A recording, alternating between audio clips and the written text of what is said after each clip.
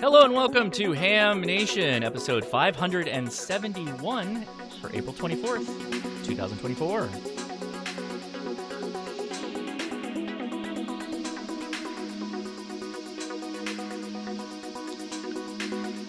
Hey, how's it going, everybody? Welcome to a palindrome day, 42424.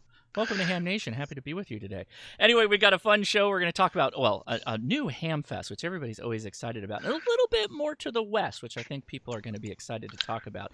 But Randy's back as well. So let's hop in to the host and say hello. Gordo, how are you doing? All is well. We're getting ready for a mini Ham Fest in Orange County, and that's this weekend in Big Bear. Yes, I'm incredibly bummed out that I can't attend this. My dad lives in Big Bear, but I'm going to be at the HRCC campout at the Silverwood Lake. We've got about 40, 50 people coming out. Wow. A week of camping and ham radio, and I guess some people might fish too. So we'll use those carbon fiber telescoping masts as our fishing rod. It should be a lot of fun. But Don, how are you doing this week?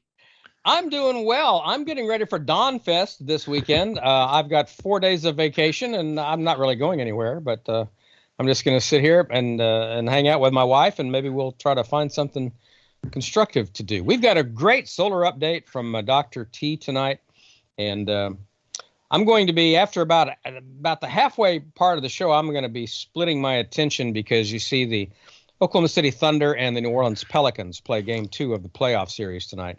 And so being from Oklahoma City and living down here, I really don't care who wins, but I'll be paying a little bit of attention to that, Josh. So, it's nice when you and your wife are both named Dawn, so that when it gets to the keynote speech at Dawn Fest, you can split it and kind of put it in, cut it in half, share the duty. That's nice. And, down here, of course, they're pronounced differently. I'm Dawn, she's Dawn. Dawn, right. Dawn. And back in Oklahoma, it's not pronounced differently. So my dad used to call her by her middle name, which is Marie.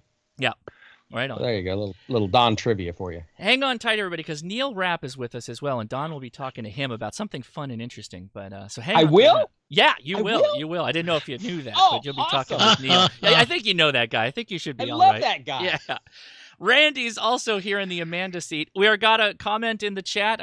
Where is Amanda? So Amanda has some family stuff she's taking care of. She'll be back with us, of course, but just wish her the best, and she'll be back here shortly. But we've had some great supporting guests. Right, Randy's anytime he wants to be on. He's like John Goodman on Saturday Night Live. He can just come on whenever he wants at any time. He's considered part of the crew, of course. And of course, he's been with Ham Nation for years. But Randy, how have you been? It's good to see you.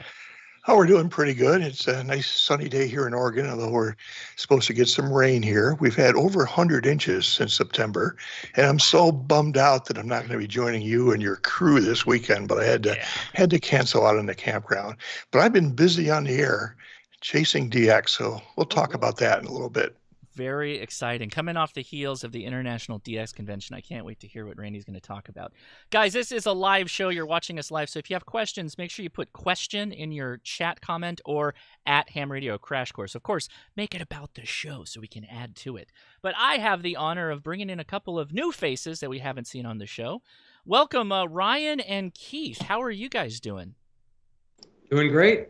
Doing fantastic. Keith's right here, so I'm pointing to Keith. He's just over my shoulder here.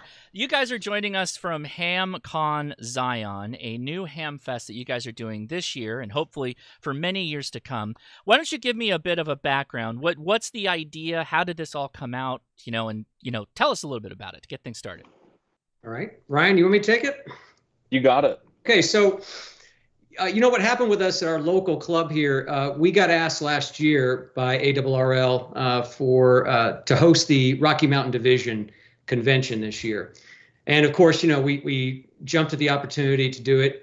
We knew it was a big task. But while we were talking about it, we thought, there's a few of us that have thought there might be a great need for an event that happens every year and continues to happen, something that is kind of geared toward ham operators that live in the Western United States, and not everybody can always get to the big boys like Hamvention and Hamcation and Huntsville.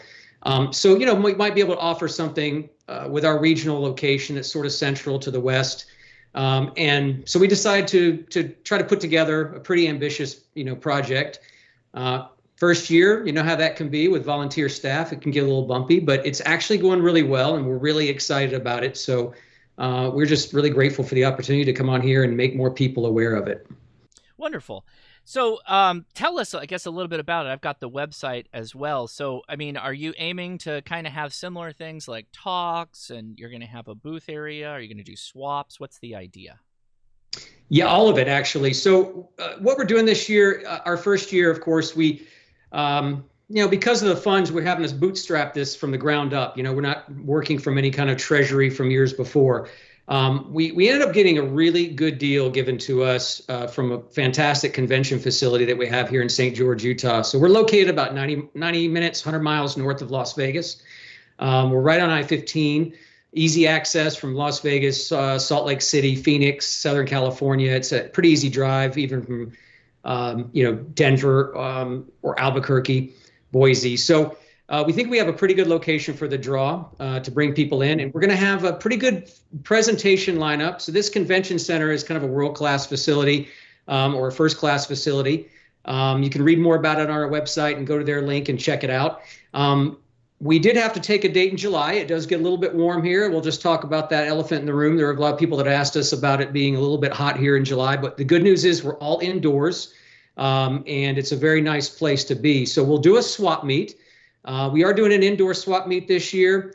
I know a lot of guys like to work in the parking lot out of their cars. We, unfortunately, in this facility, it's a trade-off. We had to get it at a good price, and we got a great place to do it, but we can't set it up in a parking lot. So our advantage to the guys that want to do the swap meets, we feel, is that we're going to have you right in the middle of the action. So if you want to do a swap table here, you're going to be right on the expo hall floor. You're going to have foot traffic all day in between sessions of forums and presentations and workshops. People are going to be coming and going. They're going to circle your booth over and over again and give you more opportunities to make some sales. So we think it'll be a lot of fun for people. And Josh, I think you got the old website up. You might want to hit refresh. What? All yeah, right. hit refresh on that. I'm refreshing. Yeah, we just did we published a new one today. Live updates. But anyway, so yeah, it's going to have some presentations. Gordo is going to be joining us actually and presenting, and we're working on some really great excitement for our keynote, something a little different for our keynote speech on Saturday night to close it all out. One thing that I'll add is a little different for us is a lot of shows are like a Friday, Saturday, Sunday. And we've gotten a lot of help from talking to the guys at Hamvention and Hamcation and Huntsville. And one of the things we've noticed is that Sunday seems to be a day everybody clears out. And so we kind of figured we're going to go with a Friday, Saturday model and, possibly do maybe a cool POTA activation as a breakfast on Sunday for those that want to join or something interesting like that in the works. So we'll see what happens. That's not a bad idea, particularly the travel that a lot of people have to do. It's kind of funny. The more well-rutted the road is, like to Hamvention, you kind of know what you're going to do every year, so you kind of explore some of the hours. But this is the first time a lot of people may be venturing out for a destination-type event like this, not just like a vacation to Utah, for instance. So that's probably a good idea. As far as events go, do you have any events like a POTA or anything like that planned? You mentioned Sunday, but anything else worth mentioning? It's still kind of on the drawing board, and we will refine it all in the next probably 2 weeks, and we'll have it etched in stone at that point. There might be a POTA activation on Thursday, maybe the one on Sunday. We are going to have a special event station that's sponsored by Buddy Pole. Buddy Pole is going to show off their Buddy Pole Hex to everybody there and how they can operate multiple stations on that. We're going to do that out in front in an air-conditioned EOC tent, so it'll be nice and comfy in there as well. We're going to do a cool thing on Friday night or Friday evening, late afternoon, as the show's wrapping up for the first day. We're going to do a cool happy hour social. So we'll have some food, beer garden with craft beers, which I know you might enjoy, Josh. I do. And I've seen some of your other shows. And, so we'll have that. We'll do some prize giveaways. We'll have some presentations, some drawings and things during that event. It'll be a good time for you to, meet other people that are enthusiasts in the hobby, meet the vendors, have a little one-on-one with them. Some of the YouTube influencers, that are coming out. be a good time to kind of mix and mingle and make some new contacts eye to eye, eyeball QSOs. The big thing the YouTubers require is fast internet. So if you have that, you're already going to be a step up. Okay, you got it. Okay, good. So for that's attendees the trick. and vendors, you're going to be totally covered with internet. You're going to have plenty of bandwidth. So one of the things Yeah. Keith hasn't mentioned, am I able to share my screen? Is that all right?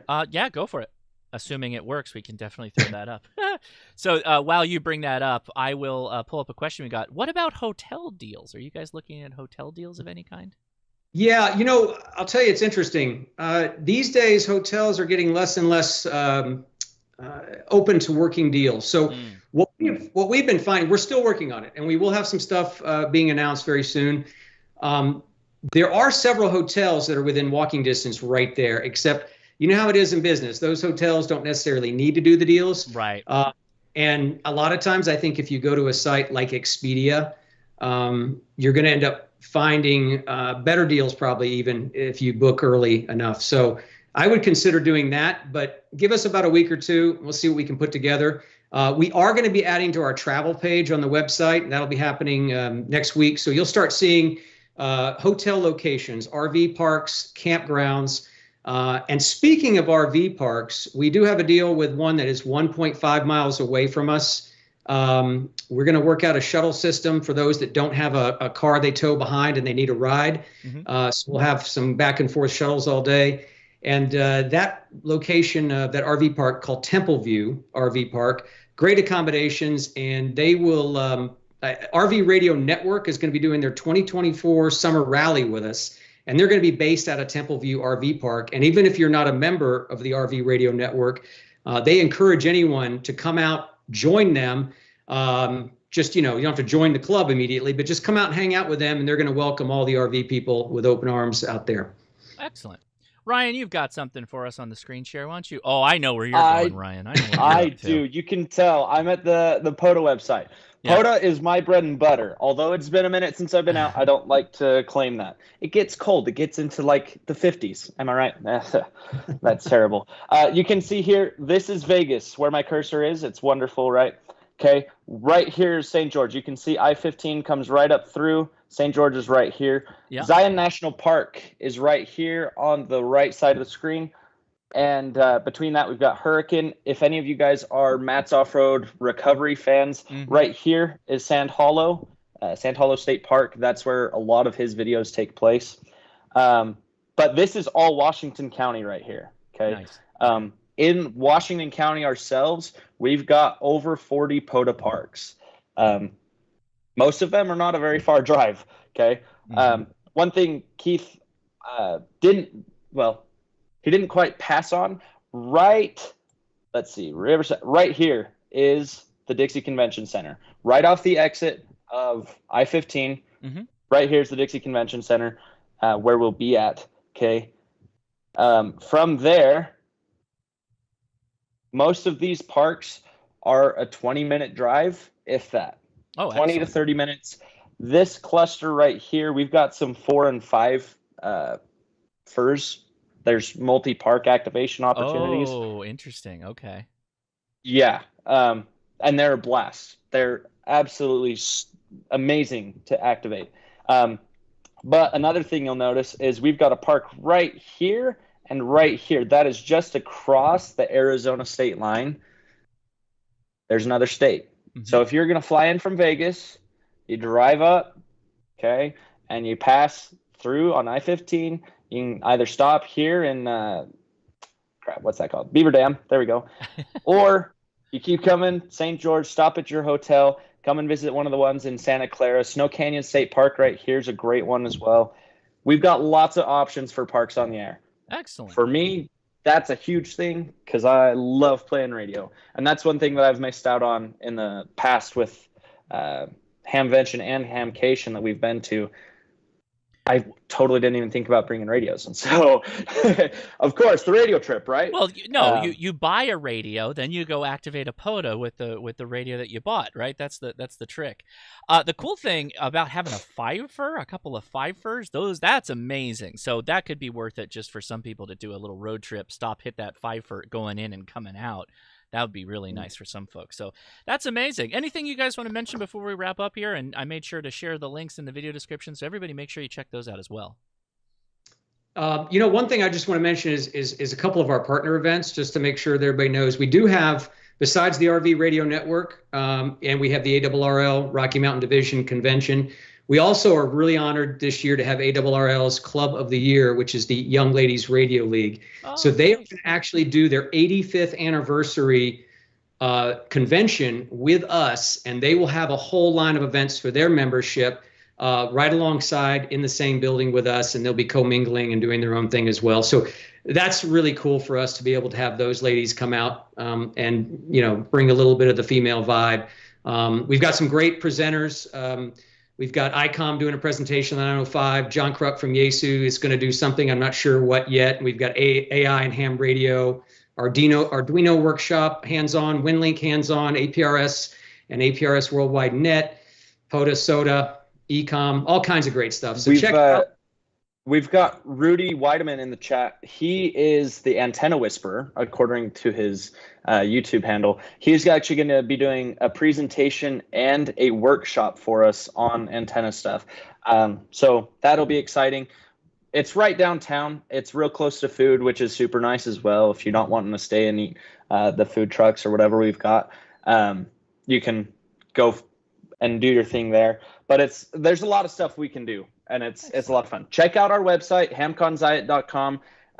Sign up for our email list for a chance to win a Buddy Stick Pro package that the Buddy Pull Company's donated. Chris over there has been super gracious and has jumped in head first to this event. And so we look forward to that, and we're going to be giving that away. So we'll be giving that away at the Friday night mingle party, after hour, whatever you want to call it. The beer party, mingle party, beer party, whatever you want to call it. I'll try and be there. Yeah, Ryan is 17, so if you see him with a beer, take it. Okay, yeah. So it is a mingle party for you, Ryan. Take it away from me. Yeah. Hey, but by then I'll be 18. That'll be a good thing. Doesn't do anything for beer. Doesn't help you in Utah, that's for sure. I'll tell you that much. Well, thank you, gentlemen, for being on. We really do appreciate it. All right. Appreciate it. Nice to meet you guys. We're really appreciative of the time. Thanks a lot, Josh. Thanks, Absolutely. guys. Gordo, we'll see you there. Speaking of Gordo, how you doing, We'll buddy? be there. Well, we're doing fine. And, now I'm working with the American Radio Relay League. I've got their ARES patch on, and I was talking with the New York club just a few minutes ago on Skype. No, it was on Zoom. There we go. And we're getting ready for this weekend, and we'll be talking about instructors. In fact, that's what we're going to look at tonight, being the new ARRL volunteer instructor on a national basis.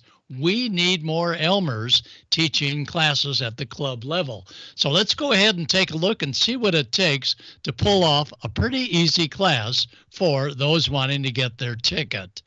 And we're going to start off by saying you can do a class in a nice classroom, or you can do it as we've done in our own backyard. But the important thing is when those students hit whatever the facility you're at, you want to make sure that they've got stuff in front of them. And here you see we got charts and maps and ARRL brochures.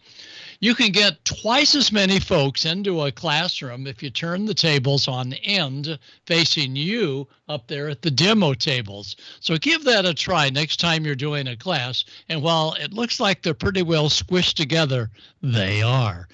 And that makes it twice as much fun. So here you see what we've done on a backyard class. It was a last-minute deal when a local hotel had a conflict and they had to close down a room completely. So we said, well, let's do it at the house.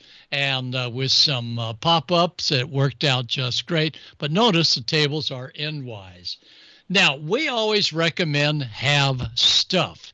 And this weekend up at Big Bear Ham Convention, we're going to show a lot of the stuff. And this is all ham radio stuff that in between breaks, you're going to find that students will come up there and want to look at it. If you're going to show them a piece of hollowed out coax explaining skin effect, then have a real piece of coax to be able to show them. Of course, have a lot of handhelds that you've pre-programmed ahead of time, because nothing gets their attention more than to come up on an internet system such as the WIN system on IRLP and on a handheld in the classroom going QRZ, anybody around, and you get someone from Boston, Massachusetts going, yeah, it's snowing. And they go, wow, on a handheld. Then you can, of course, explain how you do it and have all sorts of stuff.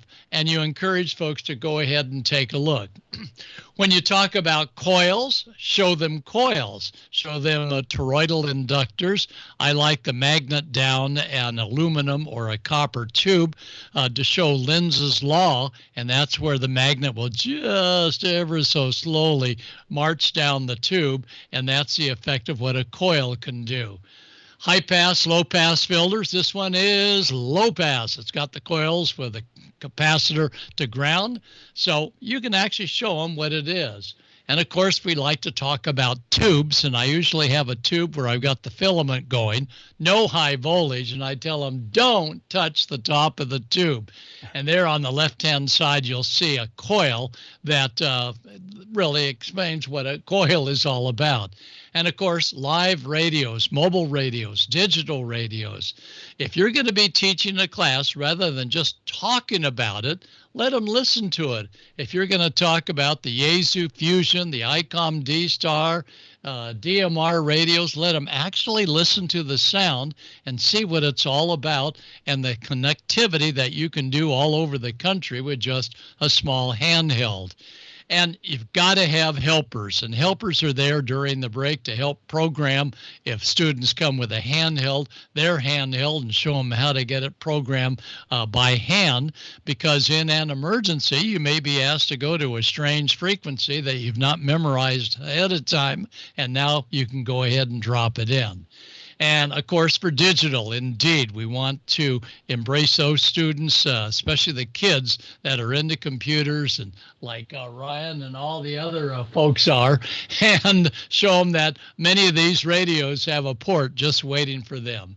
And you can explain between a male and a female terminal node controller, or make that a TNC connection, and show them the difference that you just can't get necessarily an antenna that looks the same and it's going to work. During the breaks, I always like to tell instructors, have someone outside that can get kids on the air and maybe swap some contacts via Skywave, and that really makes a lot of believers out of that. And for the advanced classes, for the general and the extra, you can talk about some of the digital controls. That's an optical shaft encoder. No longer, well, Neil's got one. Neil's got that big 520 that you can spin the knob, and it's really spinning a big capacitor. But now it's all done digital, and you tell them, be careful of that big knob because there's an LED shining through there and you don't want to have it slightly warped or misplaced. So there is a digital shaft encoder that they can actually see what takes place inside. And the Boy Scouts of America, Girl Scouts, all have a radio merit badge, and by golly, the technician class fulfills almost every single one of the requirements for the Boy Scout merit badge. So take a look when you get signed up with the American Radio Relay League. I'm going to have all sorts of free materials as a registered ARRL instructor and a member of the ARRL that you'll be able to see how to play a certain part of the training out of technician. And now, again, remember the league has all my books and how you can get through the radio merit badge as well. And I always like to do a demo with a light bulb, a battery, and a diode. And nothing beats trying to figure out how current flows in one direction but not the other. And nothing beats a live demonstration where they can actually hold on to that device. And there we go. That's Mike and holding a light bulb. We use the BioInnoPower lithium iron phosphate batteries for safety, and we'll do the light bulb with a diode. One way it works and the other way it doesn't. But these are fun demonstrations. And if you're talking about Ohm's law, nothing beats a very simple conductor, a diode, a resistance, such as a variable pot, and you can show them the flow of electrons just like water. And of course, I always enjoy watching experts work with the kids. Notice they all have protective lenses on and doing a little bit of soldering. And of course, working the International Space Station's crossband repeater, if nothing else, just receiving it is absolutely a kick when you tell them, okay, it's going to be coming up in this direction in about 5 minutes, 4 minutes, 3 minutes. And as soon as it comes up and they begin to hear voices, you can make a contact, sure, but just the reception of the ISS and other satellites is really noteworthy. I like to start off my classes by showing them all the frequencies they're going to get. NTIA does, of course, a big band chart that you can get from the National Printing Office, but I like to cut it up in a roll so you can, going from left to right, see all the way down to the bottom of the very low frequency, all the way up to light waves on the right. And we get folks to look at the chart and see the different ham radio bands. And of course, getting kids on the air. Well, sometimes you got to be cautious because you never know how they're going to operate. So I put them on a PA system that sounds just like they're on the air. And I also have another setup with another PA system, so they talk back and forth to what they think is radio. Well, it's radio and a little bit of audio, and that way they can make contacts and do all the stuff they want to do, and that gets them used to close talking the microphone. And of course, CW. That is so critical for being able to get more kids into our hobby. They love it. We start them off with a straight key. Some go immediately to a paddle. Those that play musical instruments are usually fast to do it, but you're going to find that they're going to start pounding away at that CW key, and I use the CW key in the classroom to indicate when it's time for a break, da-da, da-da, da-da, or da, da-da-da-da, whichever way you want to go, and they begin to recognize that sound. Then we have operators outside, and we want to demonstrate what it's like. Now, for field day, it's okay to get started with headphones for the main operator, but have a speaker. There's nothing worse on field day than hearing a one-way conversation. So have a speaker so they can actually hear the voice coming back to that radio operator. And of course, you can also add a microphone and a speaker and headphones. And dress up. Do not come in shorts or whatever, but do the part. Look good. Have those maps out there. And all of these hints are coming up in my arrl.org/my name, Gordon -West, and you'll be able to download all of these different hints that we presented today here in ham class. And that's Martin Jew. Oh, it's Martin Jew, yeah. MFJ. Yeah, that's good old Martin, and he's lighting off the fluorescent tube that's actually neon on the inside, little high voltage system there. He didn't get shocked. But again, it's always fun to get classmates involved with what you're doing. You'll find that my books actually have topics rather than the numerical question order, and it's real easy to teach topics because I've grouped together similar questions that are all over the place out of the question pool. God bless Bob Heil. We sure miss him, but you know there's a lot of kids that really get turned on to building little projects, and of course this pine board was just a fun project to get going. So I encourage all of you is play radio. Have a lot of stuff that they can actually feel. If you're going to talk about a PL259, send one around the room. Send also an SO239, a TNC, an MNOP, and then have students maybe proclaim which product that they're holding. You don't want to call on someone that doesn't have the right answer. That's embarrassing. So you have to be mindful to let students themselves come up with a correct answer. And of course, everybody wants to see, and I'm not sure I'm going to bring it to Big Bear with all the pine trees around, the glowing pickle. And one of our engineer students developed the glowing pickle diagram here. And it's 110 volts, which is dangerous, not UL approved. Goes to two stainless steel spikes. That's a I don't know if it's a kosher pickle or whatever, but it's a pickle on there. It's got a coil of wire, and it's got a capacitor and fuses. The good ham, we don't use the fuse. We don't use, well, we should, but we don't on this one.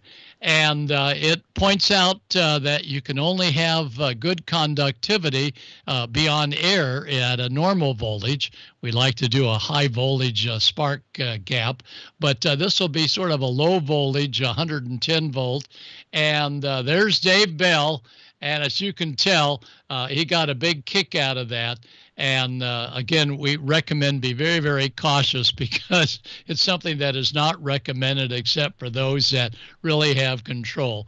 But the dill pickle getting 110 volts is always sort of a fun one to get the attention of the class. So have fun, dress up, make fun, and make fun a ham radio class first order, and know that very shortly as your national instructor for the American Radio Relay League, I'm going to be out there pushing all these great demos. And if I don't see you this weekend in Big Bear, by golly, I'll see you out there in the Las Vegas, St. George area and see all the great excitement we're going to have up there at Zion. If you've never seen all the formations, it's a wonder to behold. So let me now go over to those that have supported our ham classes so much, and that is Icom America. Keep your competitive contesting edge with Icom. Icom's innovative and high-powered base stations cut through pileups, letting you work the bands and record those contacts. Heard it, worked it, logged it. The Icom IC7300 is an industry first, using an RF direct sampling system and an entry-level HF radio. This compact, high-performance, innovative transceiver will far exceed your expectations. The real HF fun starts here. RF direct sampling, 15 discrete bandpass filters, 4.3-inch color touchscreen, real-time spectrum scope, and SD memory card slot.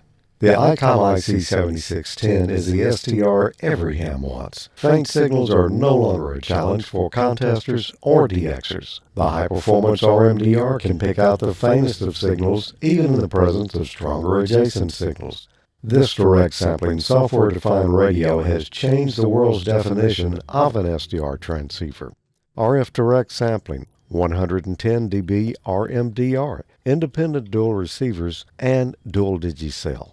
Keep your competitive contesting edge with the Icom IC7851. Contesters and DXers are always looking for that competitive edge to magically pull out the weak signals needed to climb up the list. With faster processors, higher input gain, higher display resolution, and a cleaner signal, the IC7851 is the pinnacle of HF perfection. 110 RMDR, 1.2 kHz optimum roofing filter, digital IF filters, digital voice recorder, high-resolution spectrum waterfall display, enhanced PC connectivity, and SD memory card slot. For more information about Icom's amateur radios and to locate a dealer, please visit icomamerica.com/amateur today. For the love of ham radio. And we want to say again a big thank you to Icom for supporting and sponsoring Ham Nation. We had a bit of a reverb, I swear. Skype, every time they change it, it breaks the setting. I don't know that there's anyone actually developing actively on Skype, and they just keep pushing out old versions and just repeating the revisions. But regardless, we're still out here, and it's a lot of thanks to Icom that allows us to be able to do this. Every time we are live, if you click that Enter Now button, you go into their swag pack giveaway. We have 3 winners this week. I will go ahead and mention who they are. So the winners for the swag pack is Brian S., Bruce L., WW5BL, and Wayne V, KA9YNB. Now, your names are all going in the hat along with everybody who's been in this year, and every month Icom gives away a new radio. So if you wait for May here, what are we doing in May? Let's see. May is a 5100, so that will be the grand prize giveaway. We'll give that away on the air, so you'll know who we give it out to. Make sure you click the button so you can get in on the giveaway because, hey, why not? It's pretty awesome, and we really appreciate Icom for doing that. Now, he didn't give me enough time, but I'm going to go back to Gordo for a second because there was a couple of things that I want to say that came in. Where is it? I got to go back.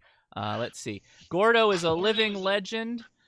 Gordo's Yes. books are the best. They Yes. helped me get my license. Let's see. Love how you are engaging the students. Yes.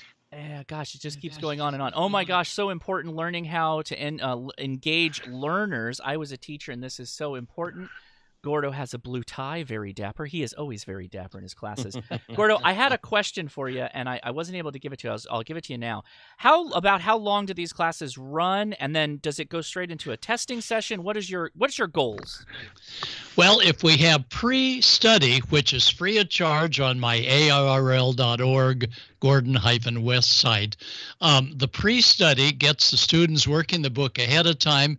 Then we can do, if they've dutifully gone through the book and answered all the questions and taken the ARRL practice exams and are doing well, we can do it in a Friday night orientation and rules and regs, all day Saturday, Sunday morning with testing Sunday afternoon. However, my favorite are the 8-weekers that are 3 hours a night in the evening. Those used to be quite popular, but now everybody wants to do a weekend class. So the key to the weekend class is no student coming cold. They all have to have completed their home study, which we have available free on the arrl.org site under my name. Excellent. Okay, well, thank you for explaining that. Very helpful. And again, thanks to Icom. We really do appreciate the support. Dawn, I'm throwing it to you with your special guest. Take it away. Okay, we'll do that. But first off, the sight of Gordon West in a tux. Yes, it's strange. No, it's great, because with apologies to the Reverend Billy F. Gibbons and the great little band from Texas, ZZ Top. Every while crazy about a sharp girl, right? That's right. Looking sharp, Gordo. As always, you're my hero. Another one of my heroes is Neil Rapp, WB9VPG. The things you do for the youth and amateur radio, you have sponsored and nominated several of our past Young Hams of the Year. I expect you'll have a nominee in the ring coming up this year as well. We already have one nominee in, which is very cool. Normally they wait until the end, which is the end of May. Don't wait until the end of May. Get your nomination packet in now. More information on that coming up. But Neil, tell us what's going on with Yoda. And can you see me? Can you see me, Neil? Don, you've never looked better. Let me tell you. I am a star after all. You've never looked better. Thank you. I'm overwhelmed by the brightness of I get that a lot. Popularity. So yeah, that and other things as well. So yeah, I wanted to come on and put out a little promotion here for the Eclipse glasses.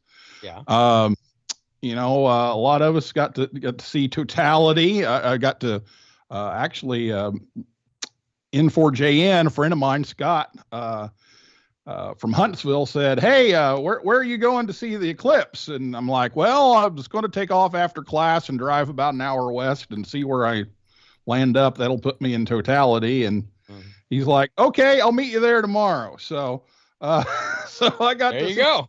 And his daughter, he's visiting his daughter in Lexington, and so got to see them. And then after the Eclipse, I noticed that a lot of not-for-profits are collecting these glasses to recycle those and send those to Latin America for their Eclipse that's coming up in October. And it said Chile and Argentina.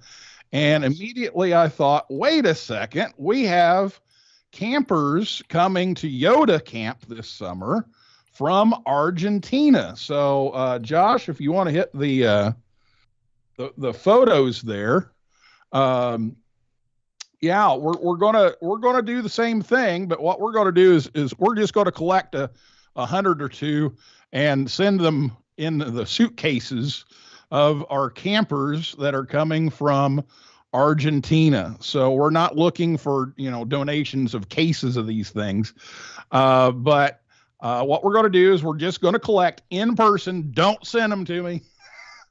We're going to collect them in person at the Yoda booth at Hamvention. So if you come to Hamvention, bring your Eclipse glasses, come by the Yoda booth, drop them off. It's booth 4304. It's in the front of that building there next to Eris, and we've got YDXA and some others, and we have our forum area. I'll show you here in a little bit with HamSci. But bring your Eclipse glasses, and then if you're going to Yoda Camp, if you're one of our campers or one of our staff members, we're going to collect them there too, and then we will give those to some of our campers from Argentina, and they're going to distribute those to young people in Argentina and hams in Argentina, and kind of do a double thing of, we're helping them out, but we're also promoting ham radio. So bring your Eclipse glasses. If you show the next photo here, we're in the wrong order. That's the forum area behind the booth. So I'll talk about that for a second while we're talking about Hamvention. We're going to have a series of forums back there. The Eris group will have some forums about different aspects of amateur radio on the International Space Station. HamSci will have different talks about some scientific ways that ham radio is involved. And then we will have our usual social hour for the youth on Friday and Saturday at noon. So Friday and Saturday, all the youth can come by, just hang out, get some food, get some drinks, meet each other, hang out with each other, and have a good time back there behind the booth. Let's see. Can we go to the next one here? See what we get. Yep, there's the booth and some of our young people. And Julie brought a llama, or an alpaca. Sorry, an alpaca. I don't know what that was about, but anyway. Are they from Argentina? But no, they're from Peru. Actually. Oh, Peru. Yeah, they'll have alpacas. Yeah. But there's Bryant Rascal in there. It looks like Lyle's peeking in the corner there. So come by the booth 4304 and drop off your Eclipse glasses. And let's see what else we've got here. Okay, that's the logo. Do we have the ones? I've got we have the ones you sent me. That was the attachment, right? Or did I miss another email? There were two emails. Oh, then I don't have the second email. Okay. All right. I've got the website, though. Okay. Yeah. All right. I was going to show you a picture of Theo. He is one of our campers that came from Argentina last year, and he was actually found a picture of him pointing at Argentina. But I was going to show you a picture of him and some of the cool things that we do at Yoda Camp. Oh, there it is. There's Theo. I got it. So yeah, so he's kind of leading the charge of getting Yoda going in Argentina, along with his mentor Emiliano, and we're hoping to get both of them up here and a couple of others. So we're going to be sending these Eclipse glasses with these guys. Last year we sent him home with 2 Arrow antennas, so that was kind of cool. Got a couple more here. You want to hit those as well? Yeah. So this is Anderson. He does our POTA stuff at Yoda Camp. And again, if you're not familiar with Yoda, the whole idea is that the youth are engaging the youth. And this is really what it's about. And every year we make it more that way. I'm phasing myself out as best I can, because we want those young people running this thing. And so we're doing that more so than ever. And we've got the next 3 years actually kind of lined up here. And then hopefully that may be, where I just consult. So we'll see. But Anderson's doing this. Yeah, there's Theo with his 2 Arrow antennas that he got, and Trips back there. He won a handbook from ARRL. There's one more, so let me jump to that. So yeah, and then here's the shack. Here's Abby, Kimmy, and Taylor in the shack. And Yoda Camp's a fun time. We still have room because we expanded our capacity this year. So we still have room for a few. We're looking for first-time campers. So if you haven't been to Yoda Camp yet, go to youthontheair.org and go to camps and sign up. And I think we've got the link for the Halifax page. We're in Halifax this year. This will be our last year in Canada for a while because Canada's going to start their own sub-regional camp. And so we're kind of training them to take the reins on that. So that'll be our last year in Canada. We will be out west in the U.S. next year. So that'll be fun. But all kinds of cool stuff, ballooning, ARDF, POTA, you name it. We do it a week-long hands-on experience, and the youth are in charge of the youth. And us adults are there to make sure everybody's safe, and we don't do those things like Gordon did to me one time. And had me key that pickle. I remember. Yep. I think I was like probably 19 years old, and he came to Evansville, Indiana, and we did a forum, and he handed me that pickle and 110 volts, and I don't know when I've been so scared in my life, but I survived. It was fun. So that's certainly something to witness in person. What? That's certainly something to witness in person. The flaming pickle in person. It's nothing like it. So come bring your Eclipse glasses to Hamvention. Send people our way for Yoda Camp. The ages are 15 to 25. So if you're in that age range, we'd love to have you come. And if you're not in that age range and you'd like to help us out, we're just about done with ordering supplies. And there's a link on our donate page that goes to our Amazon wish list. And we're going to keep this open for another week or two, and then I'm going to start ordering all this stuff. But if you would like to donate something small, to help us, get some of the things that we need for camp. There's things that you can just order on Amazon and they will ship here. And then I just got a bunch of pallets. We're going to have to load everything up on pallets this year to get it all to Nova Scotia. So we'll load it up and get it up there and have a great time at Yoda 2024. Great. Now, when is the Eclipse in Argentina, did you say? It is in October. Okay, so will you be accepting glasses, Eclipse glasses at Huntsville as well in August? So no, because we're going to send them home with the kids at camp. I gotcha. Okay. All right. I just want to clarify that. So don't bring your Eclipse glasses to Huntsville. Bring them to Huntsville. It'll be bring too them late. to Dayton. Send them to the Astronomical Society. There you go. One of those other places. There's 3 or 4 of them that are doing that. Gotcha. Help them out, but don't bring them to Huntsville. Okay. We're gonna send them home in July with the Argentinian contingent. Okay. So, very good. And what's the booth number again at Dayton? 4304. 4304. Every time I hear about this whole Yoda thing, it just reminds me and depresses me that the fact that I was born 50 years too early. Yeah, correct. I would love to Same be here. a part of that. Yeah. Same here. If I could have done this would have been great. Yeah, but you are doing it. That's the cool thing. And I get to set everything up. I get the job of putting it all together and making it work. They enjoy it, but you get to see it through their eyes, which is the coolest part. This is true. Yeah, being a seeing teacher it through their eyes, it's amazing.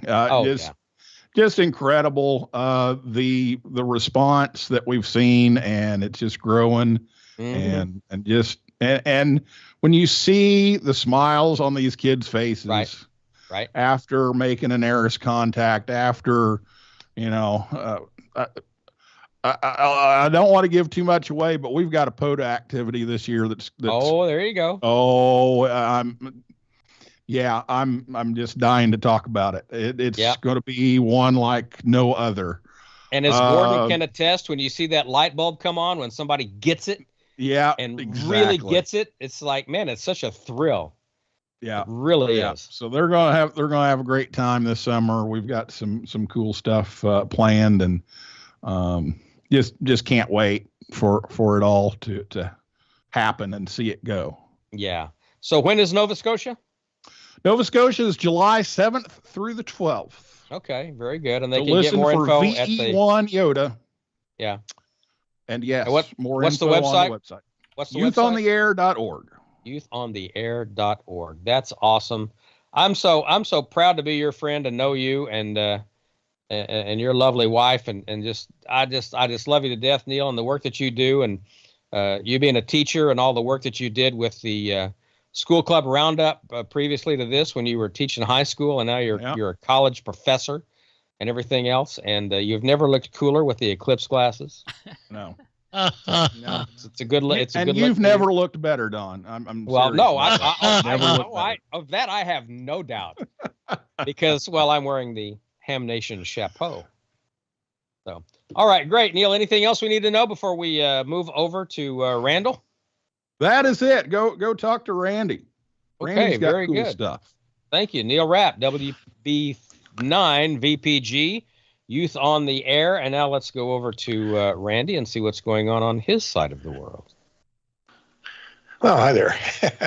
Yeah, so I started off the new year with getting back into DX. This ham radio hobby is really a hobby of 100 or 1,000 different things. So yeah, I played around with a lot in DX, probably about 10, 15 years ago. In fact, when I got my DXEC, it's when I worked 100 radio teletype stations. So that would be really hard to do today because they're just not around here. So I'm going to share my screen here. And we'll get going here. So is Randy a DXer? Well, this year, yes. So I decided to start a new log file. So I'll open up my logging program and create new and start off with 0 contacts and go for there. My goal was to see how many DX contacts I could work using FT8 and FT4. This kind of goes along with the CQ Magazine DX Marathon contest. So this is a contest that they've been doing for many years. It's a year-long contest to see how many DX entities you can work and how many CQ zones you can work. And the score is the entities plus the zones, and no confirmation is required. So it's pretty much an honor system, although they do check your logs, I think, pretty closely. So this is the website for the CQ DX Marathon. This will continue on. Who knows what's happening with CQ, but this has been going on for quite a few years. So, and they just recently posted the results from 2023, and you can see, a big increase from 2022 to 2023. They went from about close to 1,200 logs received to just under 1,800 logs, difference in the year.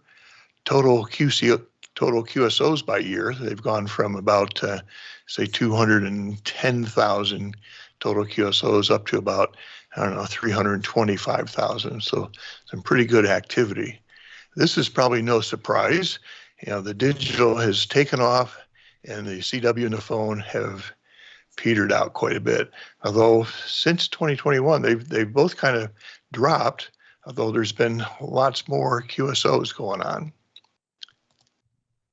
So here's my tools. The main thing here is my Icom 7610, which is a great radio. I think you got one, Josh. Really enjoy that. And my Navasa 5 JK antenna.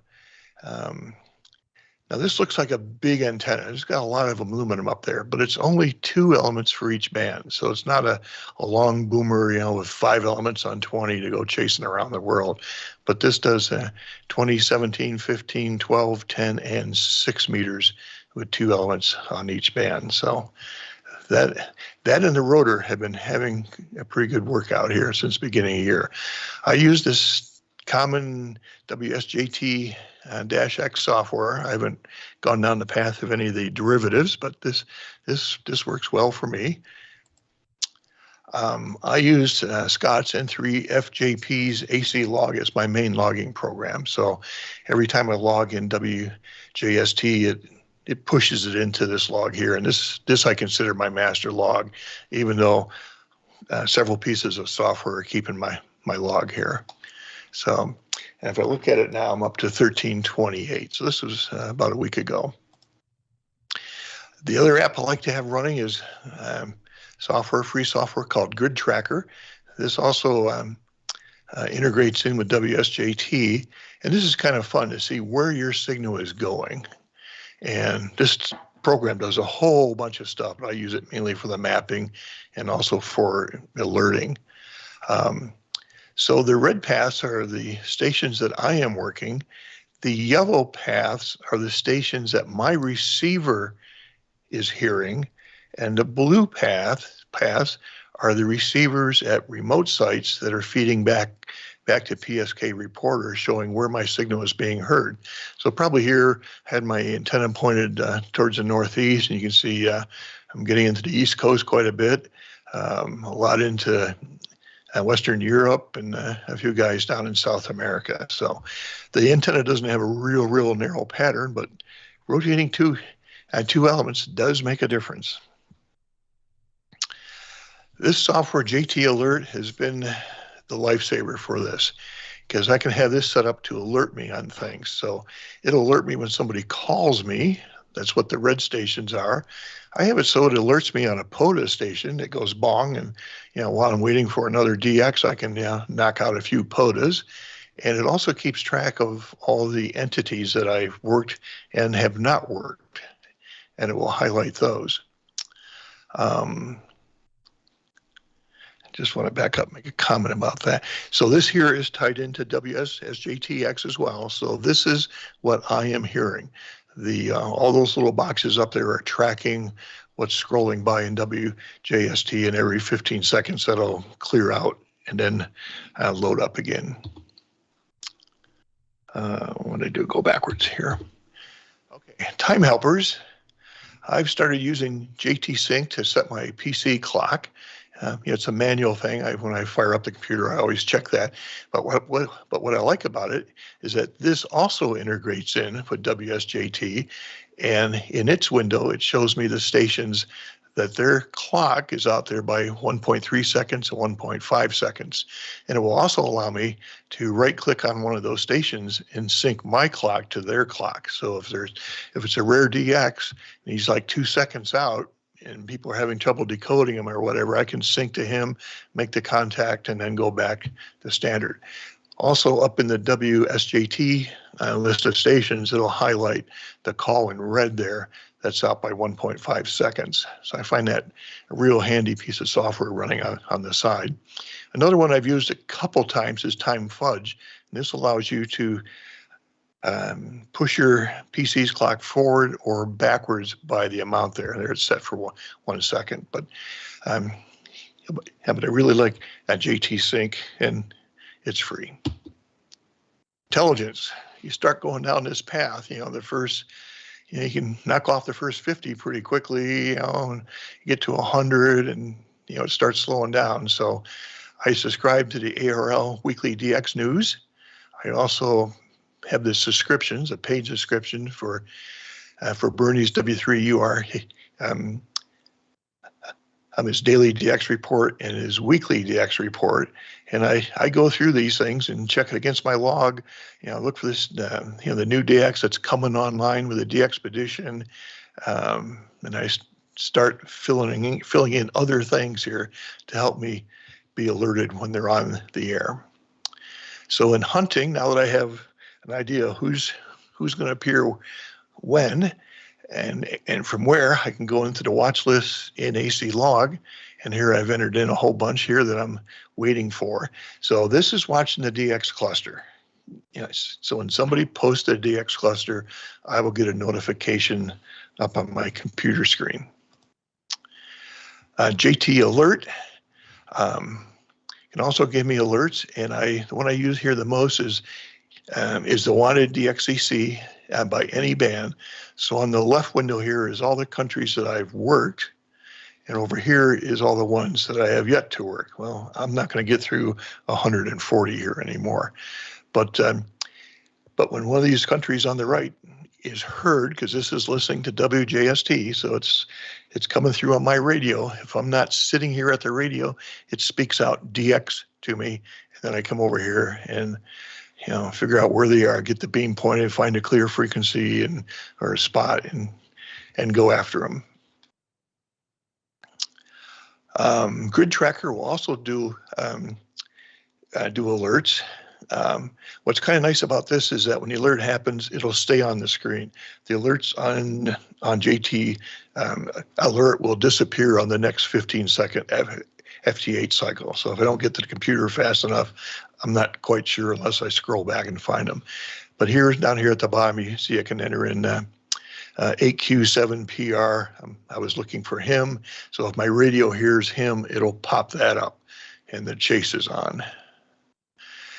The other thing I look at is the DX cluster window out of AC log. And this is from about 2 hours ago. It just happened, I'm going through the bands. I don't see anything pop up, and I go to the cluster, and right there in the fifth one down from the top is new A41 MI Oman, and he's on 15 meters FTA. Okay, and over here on the right, it tells me which direction to point my beam, get it pointed north, and start calling him. And I worked him within a few minutes. I also use Ham Alert, so I can set up stations in there, and it watches the DX cluster.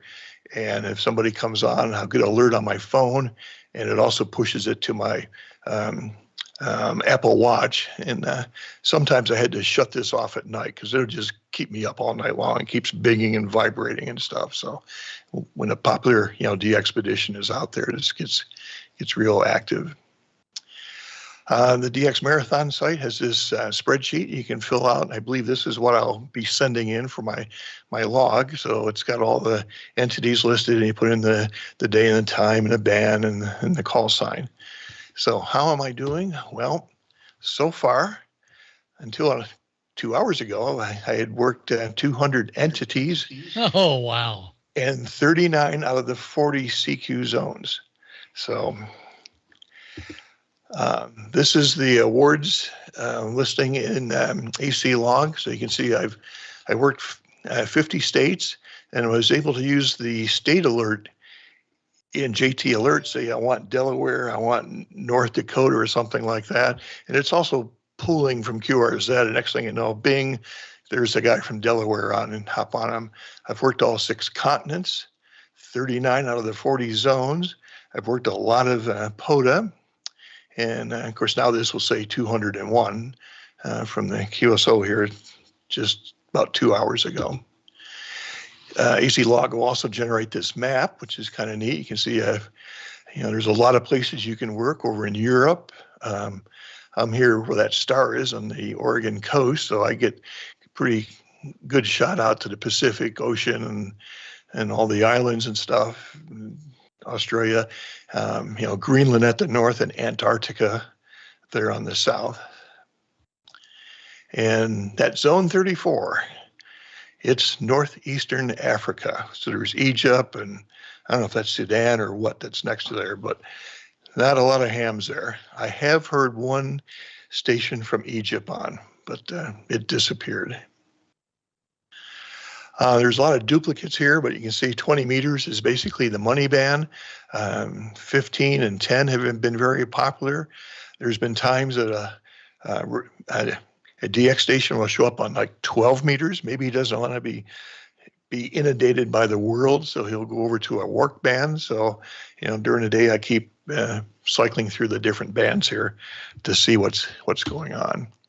And of course, got all 50 states here. And so what's next? Well, a lot more hours in the chair. So I run 3 screens here. You can see on the far there is the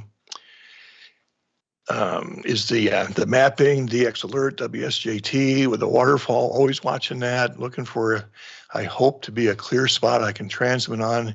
Keep my eye on the log over on the side there. So when I worked the station in Oman here a little while ago, I brought up his QRZ page. I saw this. I thought, oh my, no wonder I've worked them. Look at those antennas. I got another picture down here where they're, look at that boom. It looks like 3 or 4 inches square. But when I scrolled down to the bottom, I found out I was working his personal radio station with a, I think it was a Yates. Oh, I'm sorry. I thought it would be. It must have dropped down here. Let me bring that back up. Yeah, okay. Stop. Where's it here? Yeah, so I brought up his QRZ page. I saw this picture, and this is their club station. I thought, well, no wonder I'm hearing him. Look at the size of those beams. And here's the club members are out looking like they're assembling a boom here, and there's a bunch of elements. So that's like 3-4 inches square aluminum. But when I scroll down to the bottom, I found out that he was operating from his home station with an Icom 710 and a hex beam. So that is what I've been up to since January 1. Wow. Cool. Congratulations, Randy. That's good stuff. Yeah, it's been, it's exciting when you get another one, wow, I got him. And you're looking at the map, trying to figure out where all these places are. And so it can be addicting. So we should probably have Mark on from DX, from the DX Marathon, probably in like November or December to get people, revved up to start on a chase starting January 1 next year. Or start now and just set yourself a goal and see what you can do. Never too late to start. No. So we'll go back to Don for Amateur Radio Newsline. Well, how fortuitous. I'm right here. Let's go ahead and go to Amateur Radio Newsline. From Amateur Radio Newsline Report, number 2425, this is Ham Nation Headlines for Wednesday, April 24th, 2024. We begin this week with the story of a disaster preparation drill in one part of Oregon, where living on a floodplain means always being vigilant.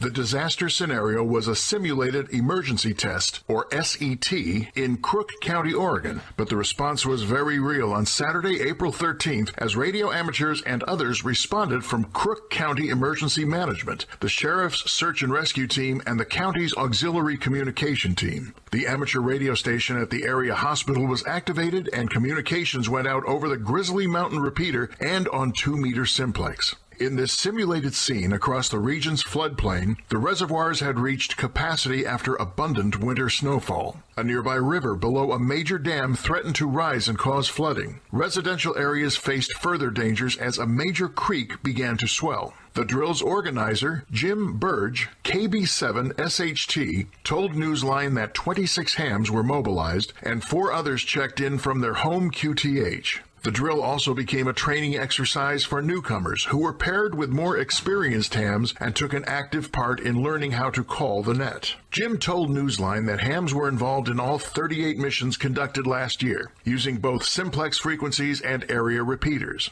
No, these instances were not simulated. Jim said, quote, 4 of those missions were truly life-saving missions, and ham radio was our only means of communication, end quote. This is Ralph Squillace, KK6 ITB. As Newsline went to production, contributions to next year's Bouvet Island DXpedition were put on hold for now. The 3Y0K Bouvet Island DXpedition, set for January 2025, has suspended its acceptance of donations temporarily while the team reassesses its financial picture. The DXpedition made the announcement on its website, 3yankee0k.com. DXworld.net posted a statement made on social media by Ken, LA7GIA, who explained, unfortunately, the financial risk for the small team is too high, and we will spend the next few weeks in April assessing the situation and deciding what to do. We'll explore all possible options and we'll return with more information once we've reached a conclusion. According to the DXpedition website, the team has secured 80% of its $400,000 budget, but was still needing $75,000. The 21-day DXpedition is to have 3 operators and a 4-person support team. This is Graham Kemp, VK4BB. The Courage Kenny Handyham program is celebrating 57 years of service with a QSO party.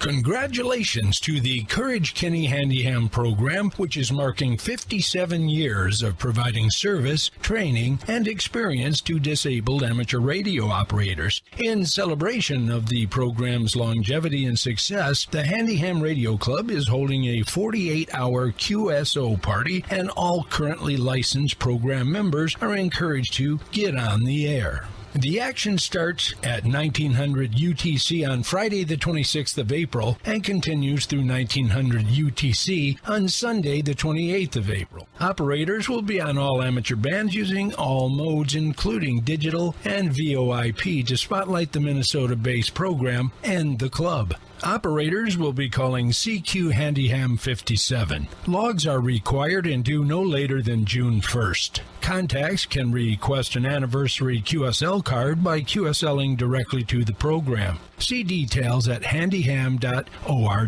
This is Dave Parks, WB8ODF. A reminder, the nominating period for the Bill Pasternak WA6ITF Memorial Young Ham of the Year Award is now open and runs through the end of May. More information and a nominating form can be found at arnewsline.org under the Awards tab. And that's all from the Amateur Radio Newsline, your independent source for amateur radio news since 1976 at arnewsline.org. With Ralph Squillace, KK6ITB, Graham Kemp, VK4BB, Dave Parks, WB8ODF, Karen Eve Murray, KD2GUT at the news desk in New York, and our news team across the globe, I'm Don Wilbanks, AE5DW. 7-3. We'll see you next time here on Ham Nation. Now, here's the solar update from Dr. Tamitha Skov, WX6SWW. We have some fast solar wind, some mini solar storms, and a whole lot of flaring going on. The stories and more in the news this week.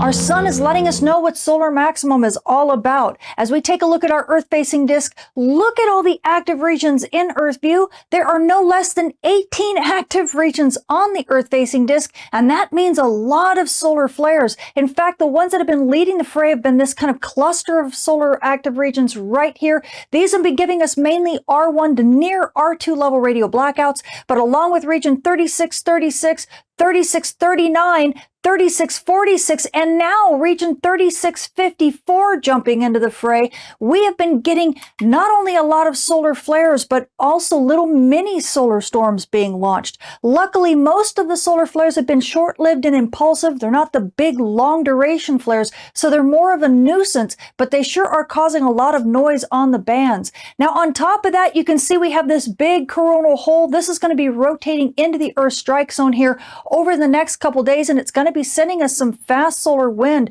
But you can actually see a bit more activity right here. If you take a look at this filament, you can barely see this filament right here. Well, early on the 23rd, this launches right there in that big poof. You also saw another eruption there, and there was some stuff going off here in the north.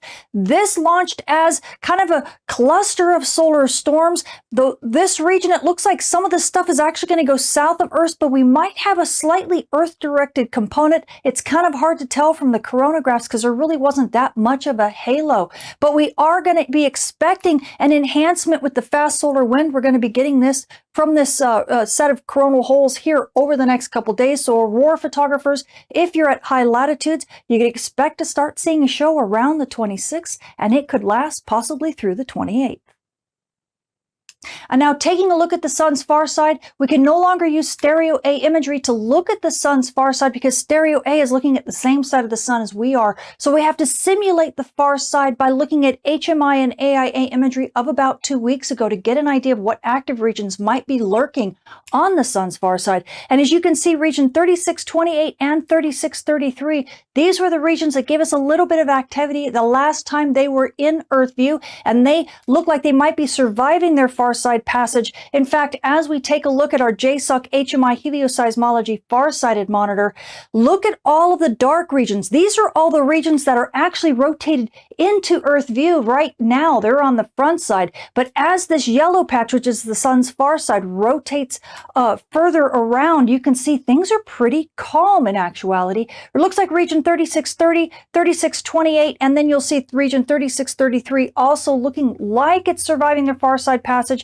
But we might have a few other small regions that are coming, that are emerging, but it doesn't look like there's any really heavy dark spots on the sun's far side. So overall, that means that we're going to have some reasonable calm on this far side over the next week. And as regions rotate into Earth view, it doesn't look like we're going to have any big flare players. So amateur radio operators and emergency responders, enjoy the fact that you're going to get a bit of a reprieve. The noise on the band should go down. The radio blackout should calm down as well. And enjoy, because we do need a little bit of a break. Now, switching to your solar flare and dayside radio blackout outlook over the coming week, we do have a lot of active regions in Earth view, and quite a few of them are big flare players. So we expect to have a lot of noise on the bands this week, but things will be quieting down. The solar flux will also be dropping. As you can see, we're over in the 200s right now, but that could be dropping down to about 175 or so by about mid next week. So expect a lot of radio blackouts at R1 to R2 level. In fact, NOAA's giving us about a 75% chance of R1 to R2 level radio blackouts over the next 3 days, with about even a 20% chance of X-class flares at R3 level radio blackout. But those chances are diminishing. In fact, as we get to mid next week, things should be getting pretty quiet. We will still have a chance for the radio blackouts, but they won't be nearly as bad, and that will continue to calm down as we move through next week as well. So the space weather this week is definitely showing us some solar maximum potential. We do have a coronal hole that's going to be rotating in through the Earth strike zone here over the next couple days, and along with a couple mini solar storms and a filament launch, we could get some decent aurora, especially at high latitudes. So you aurora photographers, be sure to keep your batteries charged if you're at high latitudes, and if you are at mid latitudes, well, you could get a little bit of something, but only if you're dedicated should you chase. Now, amateur radio operators and emergency responders, I know you've been dealing with these radio blackouts almost nonstop, but luckily they're just short-lived. They're intermittent little things, and they're probably going to be calming down here over the next couple days, and definitely calming down in through next week. So just hang in there and things will get better on the dayside radio bands. And now for you GPS users, well, you know, we do have that solar storm, the fast solar wind, and some possibility for aurora over the rest of this week. So you could be having some issues, especially if you're on the night side anywhere near aurora. Plus, we also have those radio blackouts that could be giving us a little bit of GPS reception issues on Earth's day side as well. So just kind of hang in there for the next few days. Stay vigilant, especially near dawn or near dusk or anywhere near aurora. And if you're a UAV flyer, be sure to calibrate your magnetometers often when that fast solar wind hits. I'm Tamitha Skov, the Space Weather Woman. Thank you for watching. And there you go, the latest from Newsline and Dr. T. Be sure you follow her on Twitter, whatever they're calling it these days, X, at Tamitha Skov. And of course, her YouTube channel is Tamitha Skov and spaceweatherwoman.com. I'm certainly hoping for some good conditions this weekend, because I'm going to be searching for the Handy Ham special event stations. That is a organization that is near and dear to my heart. They do God's work over there, and God bless them. They're good people over there. So I'm going to be looking for them. Hopefully you will be doing the same. And Josh, I guess that's about it. Thanks to the Newsline crew and to Dr. T.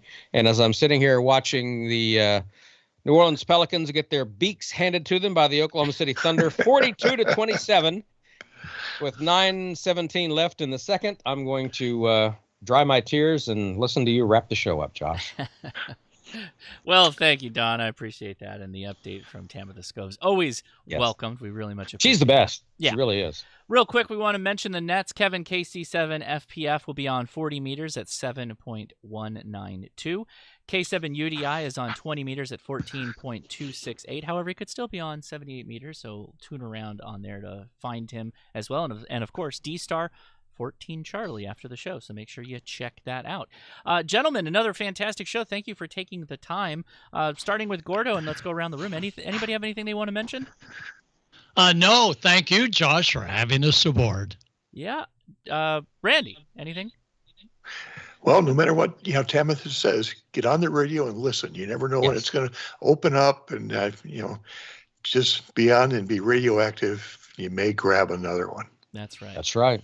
Don, any final words here? That's right. Conditions can change in the blink of an eye. And get on the air this weekend and look for the Handy Hams.